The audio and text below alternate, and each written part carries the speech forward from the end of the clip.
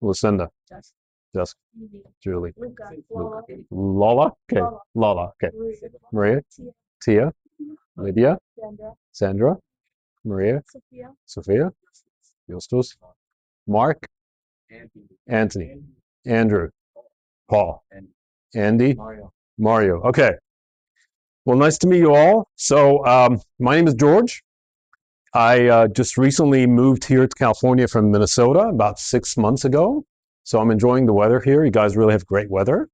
I'm really blessed to actually come and visit you here in the church. So I go to St. John Chrysostom, but this is such a beautiful church. You guys have got amazing abunas, amazing service. So you guys really got to make use of that gift. So what's this class? What is this? What does service prep mean? Serve. What does it mean how to serve? Like, what is service? What is service? I'm going to be picking on people, so you got to be, yeah. What is service? An offering to God. An offering to God. Okay, so something you're doing to God. Why do you serve? Get close to God and your relationship with God. Okay, what compels you to serve? What motivates you to serve? The kids. Tell me more. What are the kids like? Really? Really? That's a headache. Okay, what compels you in the kids to serve? Okay, so part of the service is that actually you are sharing, right? It's a witness. Okay, service at its core is you're sharing something you have. So if you've got something to share, you can then give it to the rest, whether it is a story or love or something that you're helping them with. So knowledge is important to serve, but knowledge is not everything. There's a way. As we learn to serve, we are bringing some of our knowledge to share with others. And that's where I fell in love with the Old Testament, because the Old Testament has a lot of stories. When you're sharing with somebody something, one of the most compelling ways to make a case to them is a story.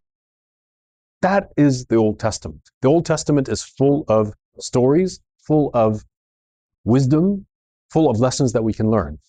So let's kind of go around a little bit first. Tell me something you know about the Old Testament.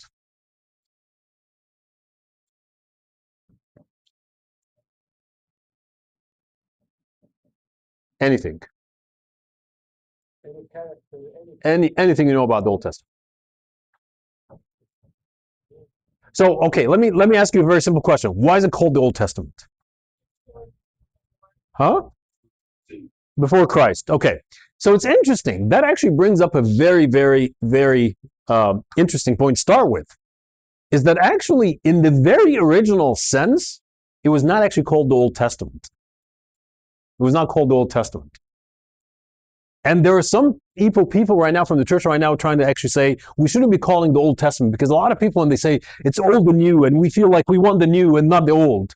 But actually, the first name of it was called the First Testament. The First Testament. Because the First Testament of God about Him coming to this world. The New Testament, which is now the Second Testament, which came after Christ. So the First Testament speaks of coming of the Christ. So that's why in the very original one, it's called the First. Now we call it a bit old and new just to differentiate.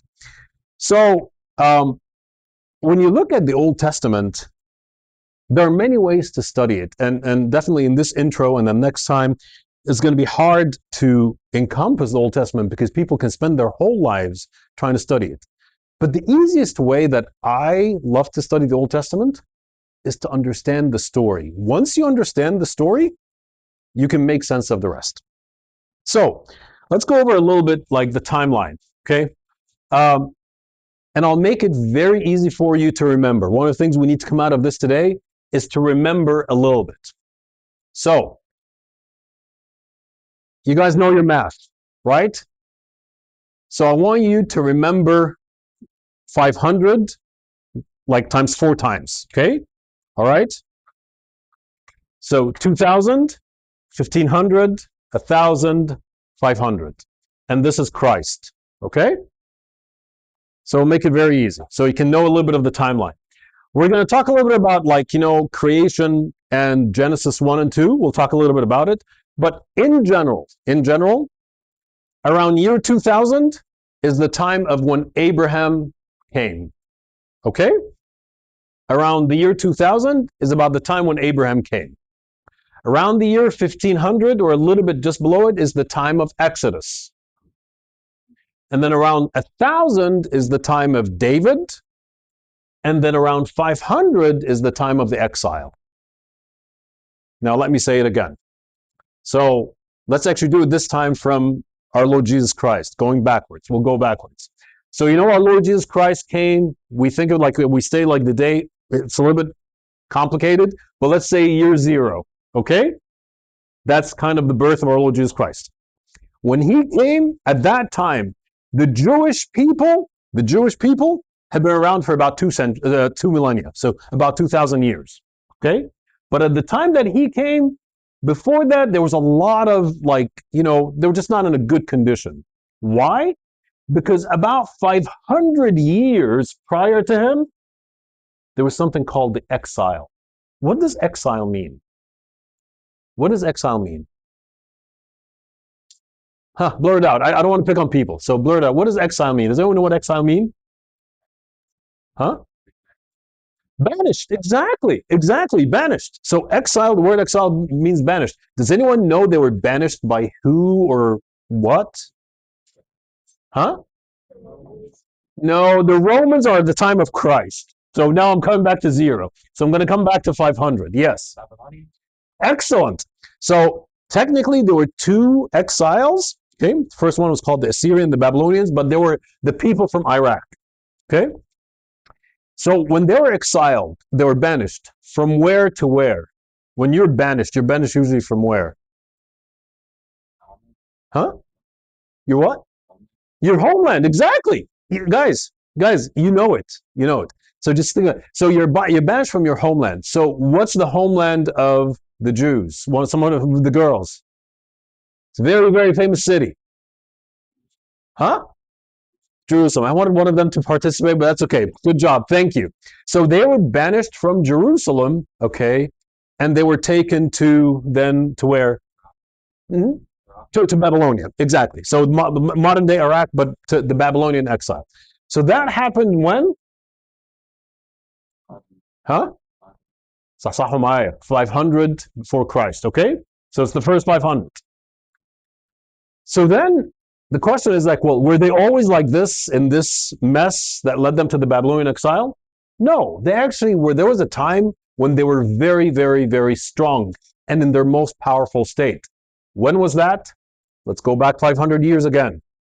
So in this 500 years, they had a kingdom. Who was the first king of Israel? It's a trick question. Who was the first king of Israel? No, Israel is the country, is the nation. That's where we're going to go back a little bit. So that's it. I'll come to you. But who was? So now we're about a year 1000. I'm going to stand here right next to year 1000 here. So year 1000. Now it's the kingdom is starting. Okay, who's the first king? There are some very famous names. Solomon was one of them. So Solomon technically is the third in line of those kings. But during his time, the kingdom of Israel was at its greatest. So let's go back a little bit before Solomon. Who was the father of Solomon? David. Was David the first king? No.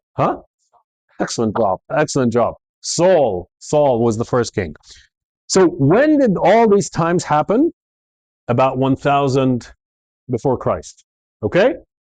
So we're making some sense now. So that's the time when the people of Israel came together.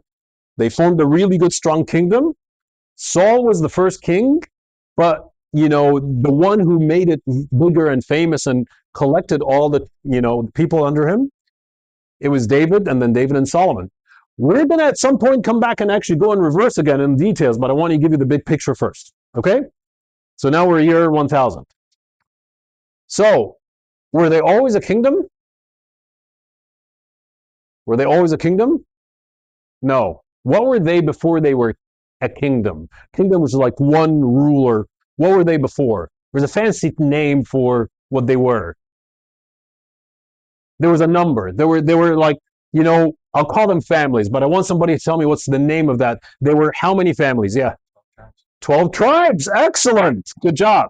So the 12 tribes, they started as 12 tribes, and those 12 tribes then were collected together as one kingdom, which was the kingdom of under David and Solomon.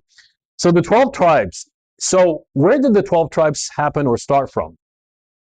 Okay. So to you, yes. So how do you relate the 12 tribes to Jacob? So how do we get from Jacob to the 12 tribes?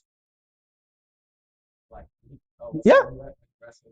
Okay, so that's okay. We'll get to the rest of God, but I'm just trying to get the link. So because Jacob is one, but those are 12. Okay, let me ask you another way. Who are the 12 tribes in relationship to Jacob? Yes? Sons of Jacob. Excellent job. Now we're making a little bit backwards here. So we are the 12 tribes who are the sons of Jacob, and those 12 tribes now inhabit the land, and those are the ones eventually that come to become the kingdom of David. So let's go back a little bit. The 12 tribes, were they always living in the land of where Jerusalem is? Huh? Girls, were they always living in the land of Jerusalem? 12 tribes? No. Where were they at some point in their history? Very famous stories. Very famous stories. Where were they? Where were they enslaved? Huh? Egypt, exactly.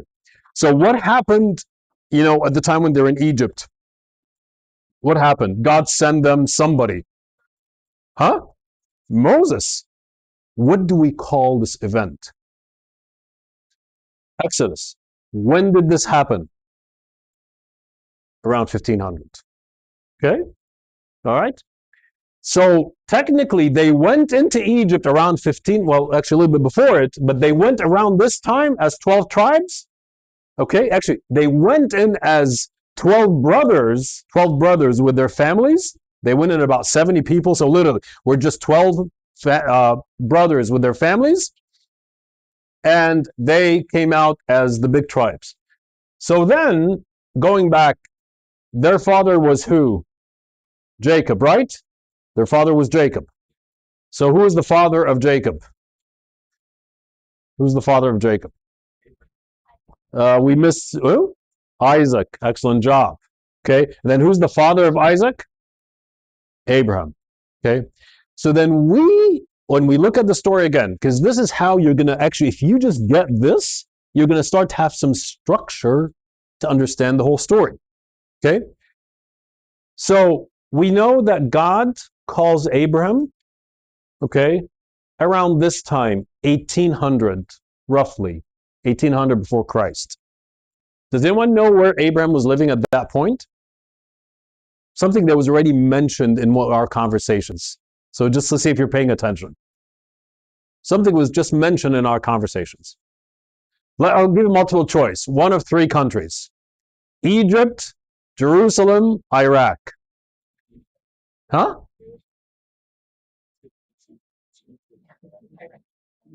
Iraq. Iraq. So actually, Abram at that time was living, okay, in the area of Iraq. And he was called by God around 1800 to then go to Canaan. So then he had Isaac and then Jacob. And then around the time probably, so this was about 400 years, okay, this period, because of the famine and because of all that, they ended up moving to Egypt, okay, and they stayed in Egypt how long? I just said it. How long did they stay enslaved in Egypt? No. Well, there's a number 40, but we're going to come to that. But it's more than that. How long were they enslaved in Egypt? Actually, if you are looking, like if you just do the math, if you do the math here, if this is 500, what would this represent? Huh? About 400. Yeah. It's anywhere between 400, 430 years. Okay? So they come out of Egypt at the Exodus. They remain a little bit kind of all over the place until the year about around 1000. They become the kingdom. And we talked about already the three kings. So Saul, David, and Solomon. Unfortunately, here the kingdom divides, and that's part of what we're going to be going through. And then here the exile, 500, and then the time of Christ. Okay? This timeline just makes it easy for you to understand. So 2000, 1500, 1000, 500, and then the time of Christ. Any questions just in this very basic, timeline? So then a lot of people ask, okay, well, what's, before that? And before that, that's kind of a little bit, it's we're going to go through it a little bit more, okay? Why is this important? Because actually, you're going to start to see that the books, when we're talking about the books of the Old Testament, these books are not written in vacuum. They're written. This is one of the things that's really amazing about the biblical story, the Bible. Even though the Bible has many things that are other than history, but you got to realize it's written in history. It's not a book about philosophy. It's not a book about like imaginary things. It's not a Harry Potter book. Okay, it's not a Percy Jackson mythology book. No, it is a book that has a lot of stories, but it's happened in history. Even parts, for example, of it, like, for example, poetry. When you think about poetry and wisdom books, let's say, for example, the Psalms. The Psalms is very poetic, but all the Psalms are written within history. You see what I'm saying? That is a big thing. Why is this important? Because it's important because we realize out of the Old Testament that when God deals with us, He deals with us through our story. When you think about actually, and I know this is not the thing, like actually it's not the right etymology. I'm a big fan of etymology, which is like the word, okay? But it's a kind of contemplation. I like it. It's really cool.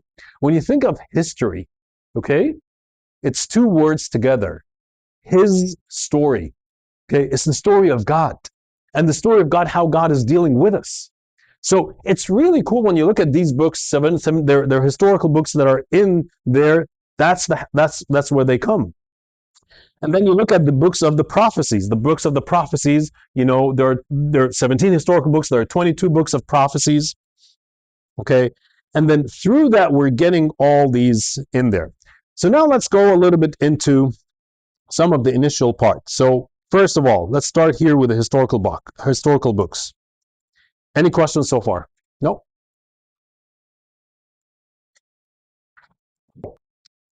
Now we're going to be starting to dissect a little bit the books. So here we've taken the timeline. Remember this one that was like 2,000 years? Huh? Now we've made it a little bit more focused. So let's start talking about this first book, which is the book of Genesis. Does anyone know what the word Genesis means? Huh? Beginning, exactly. Beginning. So Genesis is beginning. Genesis is also means the generation. Okay, that's where you get the word generation. Okay, so when something is generated, that is the beginning. So Genesis is the beginnings. So in the beginning, that's where the book of Genesis, God created the heavens and the earth.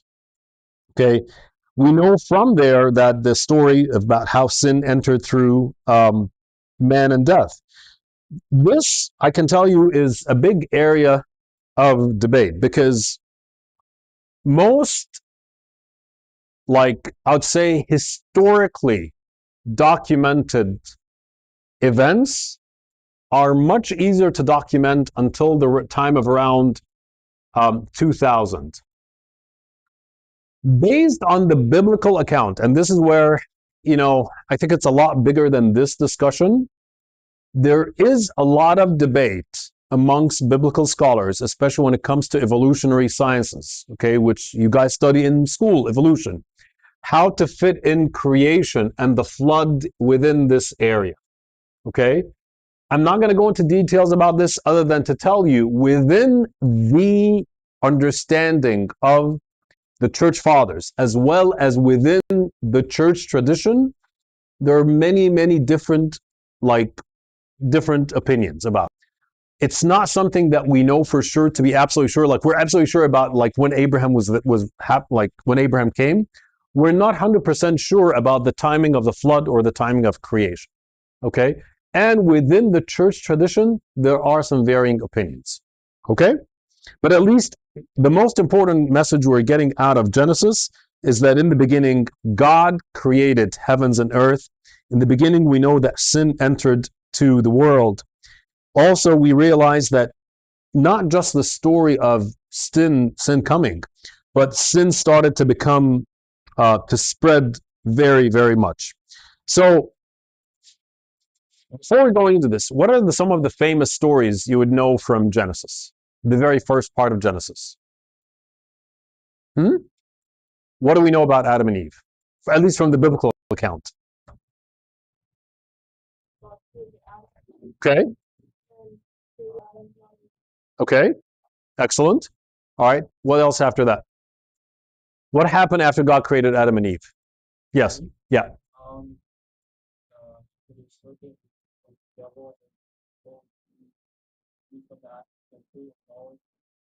Knowledge of good and evil. Exactly. Okay. And did Eve trust God or trust the serpent? Fortunately, exactly. And she ate. Did Adam do what he was supposed to do, which is to kind of be guarding and protecting? No, he ate as well. What happened at that time after they ate? From where?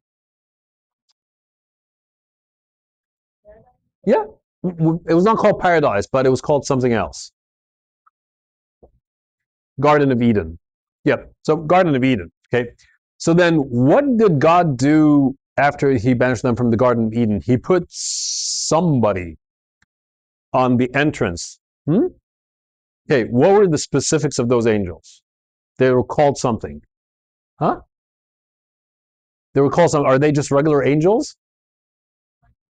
Yeah. Close. Something we actually, it's one of the like we use them in one of when we sing in cherubim. Exactly. So he put a cherubim, okay, to guard the entrance of the Garden of Eden. Does anyone know why God did that? Is like, he put that just like to block it. Why? There's something actually said very interesting in the biblical story. Because he didn't want them to what? Because it was the tree of life that he was guarding. He didn't want. So, okay, they now have sinned, right? So what if they go and eat of the tree of life, the eternal life, in the state of them being in sin? What does that mean? That they would be immortally living in sin. They will be eternally living in sin. So he blocked the tree of life until salvation would happen, and then he would be able to save them. Definitely like much, much, much more advanced than this class, but you have to realize that this story, even the church fathers realized, even if it is 100% happened in history, okay, the implications, the symbolism, the lessons, the meanings that you're getting out of it are far beyond just this one story. Why? Because each one of us is Adam and Eve. Each one of us was in them. Each one of us, when we're given a chance in our lives to say, I'm like God, I can do this, I can grab it for myself. It was kind of also a lot of debate. What was this tree about? Okay.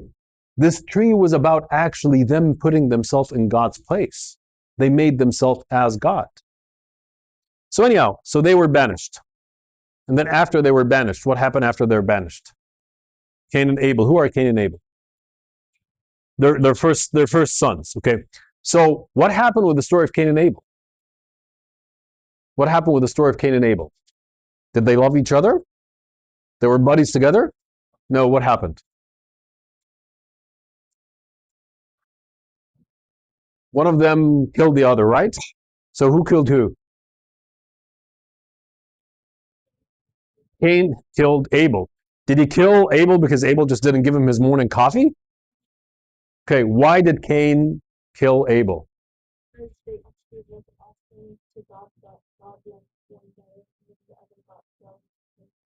So the story is right, but I don't think it's that God liked one better.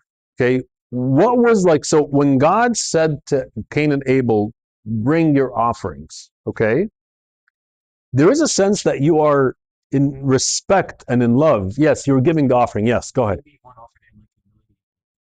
In some sense, yes. One offered from the best and the other offered from nothing. One of them offered in terms of like, I'm giving a gift of love to God. The other one gave it as like, okay, here you go. It's just an obligation. So you're right. God didn't like, but it's not necessarily that God was favoring, because God doesn't have necessarily favoritism. Okay. But eventually, an interesting thing when you look at the story, if you get to a point to read it, God forewarned Cain and told him, it's still in your hand to make the right choice. But I know that you're getting a struggle inside you, and then almost like it actually told him a very interesting thing. Sin is crouching at your door. It's like it's on the door of your heart. Okay? If you let it go and like just succumb to it, you're gonna follow in your instincts, you're gonna do wrong. So God forewarned Cain before he killed his brother. If he would have listened to God at that time, maybe he would have not killed him. But anyhow, Cain killed his brother and he was banished. So then, did they have any other kids after that? Did Adam and Eve have any kids? Okay, they had many kids, but there was one of them, the one that came right after them. What was his name? I'm hearing it. Yes? Seth. Good job. Seth. Excellent job. So out of Seth then came, the rest of the people. So something that happened then people started to get more and more evil, and God was really, regretting his creation. What did God do? Yes. What did God do when he was regretting his creation? He sent something to the earth. What was it? Huh? The flood? Okay, the flood. The flood. Okay. So the flood, because basically, he said, like, you know what? My heart regrets this, so I'm going to wipe out this. So during the flood, we know the story of a very, very famous man. Noah, exactly.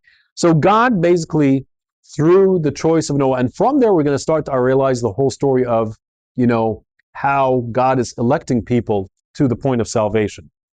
So we get the story of Noah and his three sons and their family.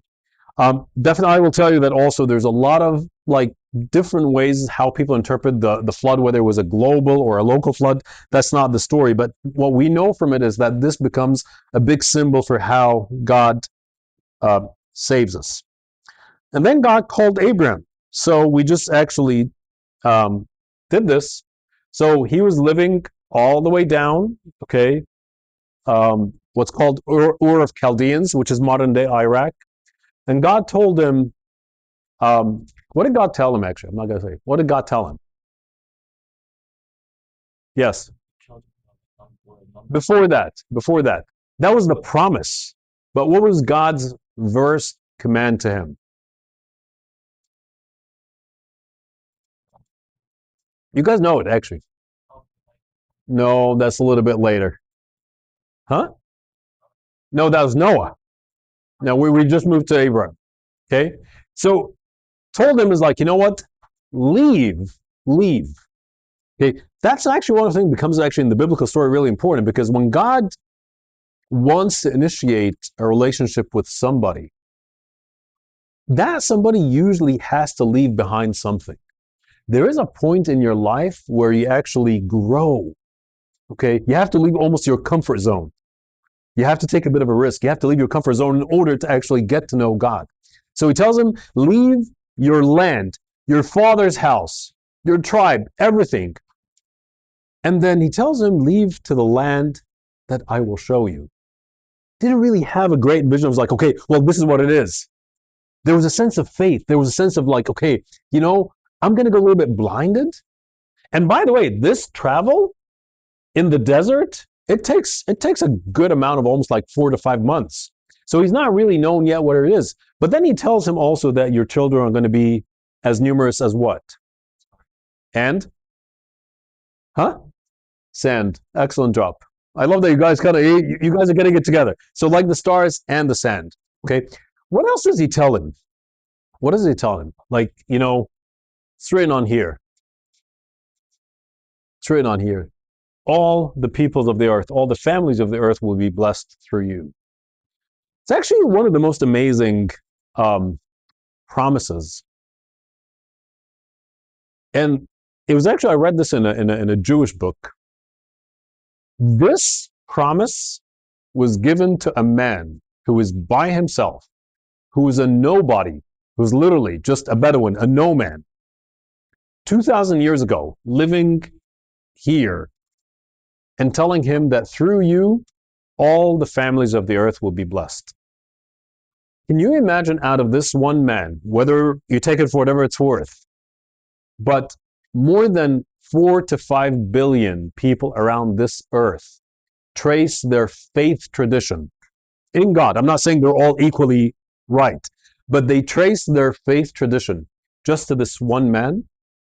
So the Judeo-Abrahamic faith, so including Christianity, Judaism, and Islam, okay? But at least going from, idol worship, because like where was he at that point? In a place that was just worshiping idols, right? To now almost, 3/4 of this earth trace back at least their understanding, whether in a limited fashion or the correct fashion like we believe, okay? But they still trace it to this one man. So can you wrap your head around this, okay? How powerful. And how powerful that this one man, even when we're going to know the rest of the story, okay? Like his descendants have gone through exile, have gone through decimation, have gone through so many things, and yet despite that, his message lived on. You compare it, for example, like to put it in some context, the superpowers that were living at that time, do any of these superpowers have a long-lasting impact on our modern day? Like, for example, the pharaohs of Egypt? Not necessarily. The Babylonian kings, the Assyrian kings? No. The Roman kings? Not really, in terms of what we believe right now. Yet this one man who was given a promise by God, truly that promise kept. Through you, all the families of the earth shall be blessed. All right, let's keep going. So, we get the story of Abraham, Isaac, and then Jacob. And then we get something that we just talked about. What's the story? What is the story? You participated a lot, so let's see if other people. Who mentioned the struggle of Jacob? You did. Okay, tell me what you know about the story. Okay, before that, why was he wrestling God? Did he just pick a fight with God? He liked to pick fights. Why did he want a blessing? Why did he want a blessing for his people? What was happening to him at that time?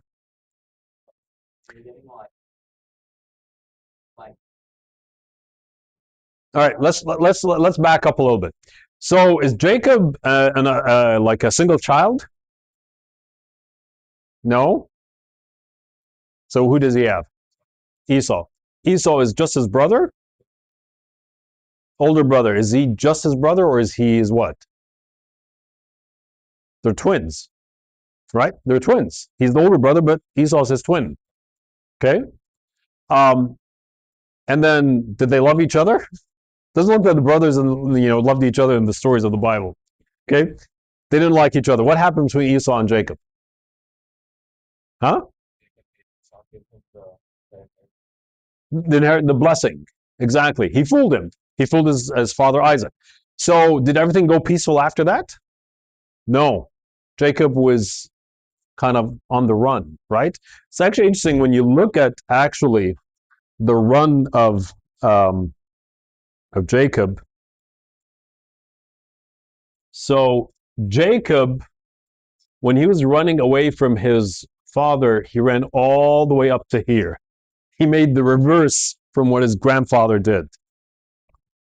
Okay, so then what happened after that? He went to his uncle, and at the time of his uncle, he married and had the 12 kids. But he didn't like, his uncle didn't like him, right? So he was kicked out of his uncle. So what was the problem then with Jacob? He was stuck in the middle. So he used to live here with his family. He cheated on his brother. His brother kicked him out. So now he went to his uncle. Didn't things go well with his uncle? So he has really no option other than to go back. So on the way back, okay, he is struggling. Why? Because he's afraid for his life. He's afraid for the life of his family because his brother Esau is meeting him with 400 armed men. So he's scared. That's where he gets the struggle with the angel. So he's asking the angel, basically, he's telling God, okay, I've been trying to do my best. I've been trying, man. It's like, I've been trying to fight and I'm trying to do the right thing, but God is not really taking it from him. God is telling him is like, yeah, you know, you've been cheating your way. But they struggle. Jacob realizes at the end of the story is that no matter how he tries to fool God, he's not going to be able to fool him. He cheated his brother, he cheated his father, he cheated his uncle, but you can't cheat God. So at the end, after he couldn't really cheat his way with God, he asked God for what? A blessing. But God had to do something interesting to Jacob at that time. Did he just give him the blessing? What happened? You're shaking your head no. What happened? God did something to him, or the angel of the Lord did something to him.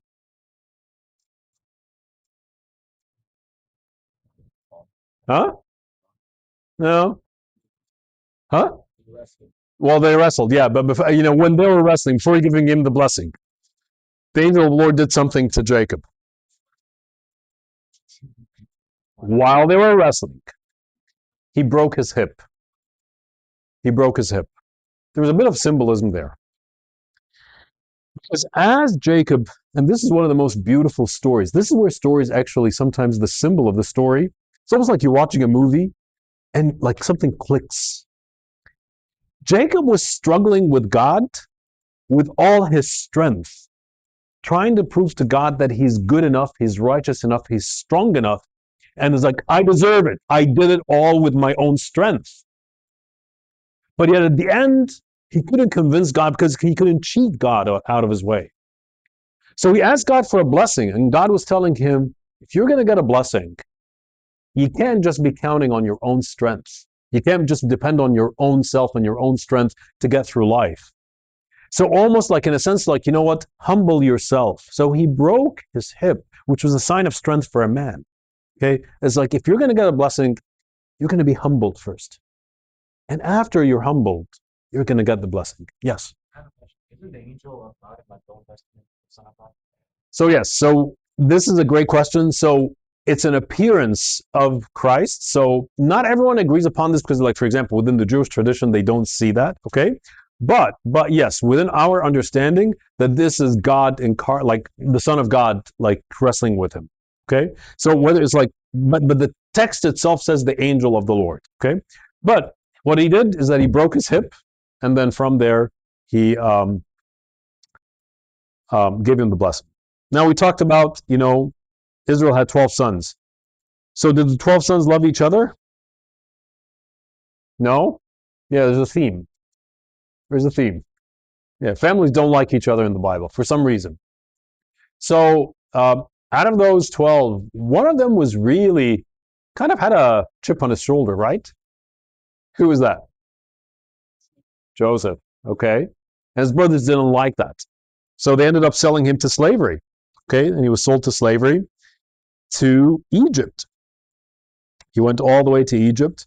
And then you all know the story is that because of the famine, the 12 sons, okay, went to Egypt. And the story ends of them living in Egypt at that point. Okay. Let's ask some questions here. So out of the 12 sons of Jacob, Joseph, who was Joseph's brother from the same mother? Benjamin. Good job. Which one of the 12 brothers became like the biggest tribe and the one from which all the promises came after that? So I actually kind of said, like, that's a hard one. It's kind of like, what we'll say, the lion coming out of the tribe of Judah. Good job. Was Judah the oldest? No. Does anyone know which number was he? He was the fourth. Okay. So one of the themes you also get out of the story of Genesis. So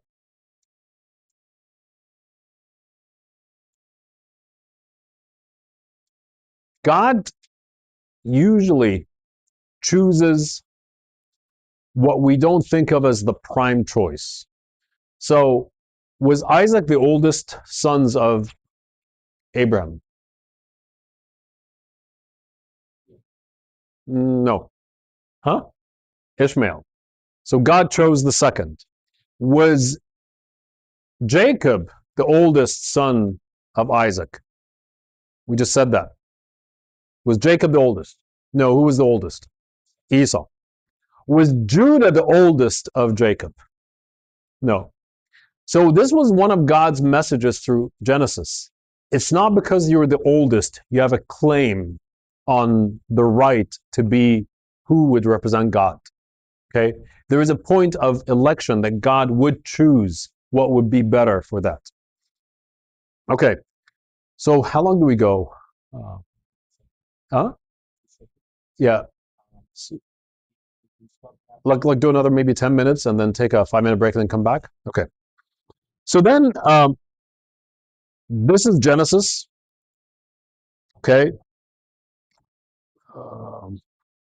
It's interesting, like as you look at the books, actually, it is thought that Job was written during this period of time. I'll go through this a little bit quicker, okay? But now let's go to Exodus. So the book of Genesis ends, and now the book of Exodus starts, okay? So let's talk a little bit about the character of Moses. So Moses, what was happening at the time of the birth of Moses? What was a rule that came out from the Egyptian Pharaoh? Huh? Yes, to kill who? All the what? The boys. The boys in general. Okay. Why did Pharaoh order the killing of the boys? Yeah, because they were getting now a lot more numerous. Okay. So they were taking the boys, they were drowning them in the River Nile. So what did Moses' mom do? Okay. You guys know that actually, it's a really cool thing also in the Hebrew word, because that talks a little bit about the symbolism. And the Hebrew word for that basket is the same Hebrew word for Noah's Ark. Okay? It's kind of like the way of salvation, which then becomes in our understanding like the church, okay? Being saved. So that same word is actually used twice in the Bible, only twice. One for Noah's Ark and one for the basket that Moses was saved through. So then, she's like, the ark is there, and who sees Moses? Pharaoh's daughter, okay? So it's like, she realizes, which is also, this is something really interesting, because like, she's an Egyptian, and she knows that this is an Israelite boy, and her natural is like, she listens to what her father is telling him. But God moves in people's hearts. So she decides to save Moses. So what does she do? Does she take him? Okay, so she gives him to somebody to nurse him. Who's the person that nursed him? Huh? Moses' mom, excellent. So one of the trivia questions. Who was paid to nurse her own son? because like it's naturally that you would like nurse your own son for free. But who was paid to nurse her own son? It was Moses' mom. Excellent. So then Moses grows in Pharaoh's court.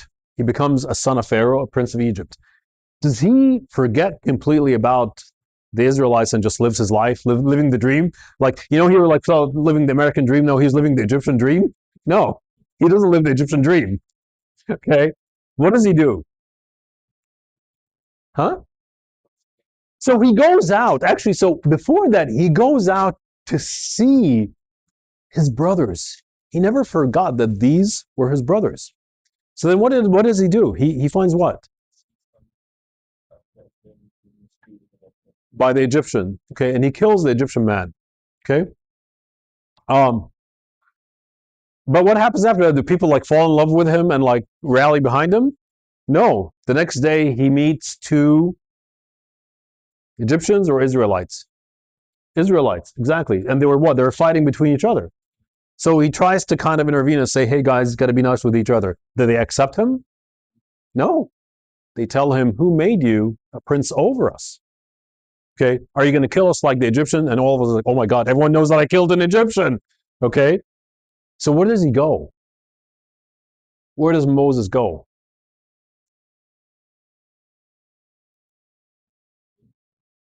Does he go to Sudan? Does he go to Ethiopia? No. Where does he go? He runs away, but runs away where? Huh? Runs away where? All right. Somewhere on here, somewhere on this map. Where does he go? Huh? So he technically is around this area now. So he's running away. Okay, let me just make it easy. Does it go this direction or this direction? This direction. What's here? That's Israel's up here. What's here? Sinai. Exactly. So he goes to Sinai. He runs in Sinai. Does anyone know how long does he spend time on the run? Because like he's afraid of Pharaoh. How long? How many years? Huh? 40 years. Okay. He loses hope that ever he's going to have anything to be done. But at the end of the 40 years, what happens to him? You guys know this very well. What happens to him? We sing it all the time. Huh? Exactly. So the burning bush was in Sinai. What happens in the burning bush? God speaks to him, tells him what? Go back. Why? Okay. To do what? To free my people. So he goes back to Egypt. Okay. And God sends him who to meet with him to buddy up together, and both of them go to Pharaoh. Aaron. Who's Aaron? His older brother. Okay. You see the theme? Okay. So they go into Pharaoh. Does Pharaoh agree? What happens between them and Pharaoh? 10 plagues. The snake battle. Exactly. Snake battle and then 10 plagues. Can anyone, like, I'm not expecting you to name the 10, but give me some of the 10. The frogs. That's the last one. Let's go from before we get to the last one. Huh? The turning the river Nile to blood. Huh? Locust. Lice. Dead cattle. Hail. Okay. There's darkness. No. Okay. There's darkness. I'm missing one or two more. No. Yeah, there are no chickens involved. But going to the point of the firstborn, what happened in the firstborn? What was the sign that was given to the Israelites as a kind of preparing them for the firstborn in order that they, excellent. What is the Passover? What is it? Almost. So before that, they had to pick and choose what? Huh? Huh? A what? The lamb, exactly. Don't be afraid, guys. You know it. So they pick a lamb that had certain qualifications. It was a perfect lamb, 1 year. And then that lamb they would sacrifice. And then they would take okay, the blood, and they would paint it on top and on the sides of their house, okay? And then the lamb, would it be all like burnt to God? Huh? They eat it. Exactly. Good job. They eat it. And then they're supposed to be, and I know this is too technical, but this is really cool because one of this is, I think this is like, this is the really important stuff to know. So in the miracle of what's going to happen, there are three things that happen. And all three things tie into what happens to us in Christ. So the first one was the Passover lamb, where we're covered by the blood. You know what was the second commandment given to them at that time? Does anyone know? To make bread. Does anyone know what was the characteristic of that bread? Not to have in it what? Yeast, unleavened bread. And they were told to eat this bread, unleavened bread, for how many days? Huh? No. No, almost, huh? 7 days. Okay? All right? 7 days. And then on the 8th day, what happens on the 8th day? What happens on the 8th day? The most famous miracle that happened with them. Huh? What did they cross? The Red Sea.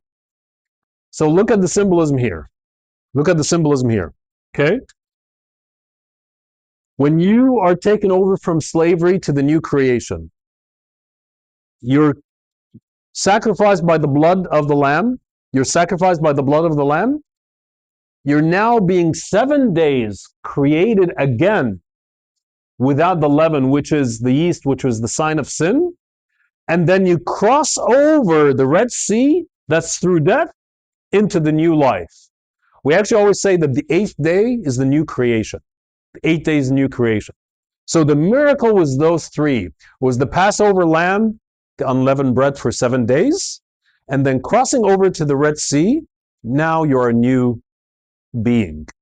That's what happens to us in baptism. Okay?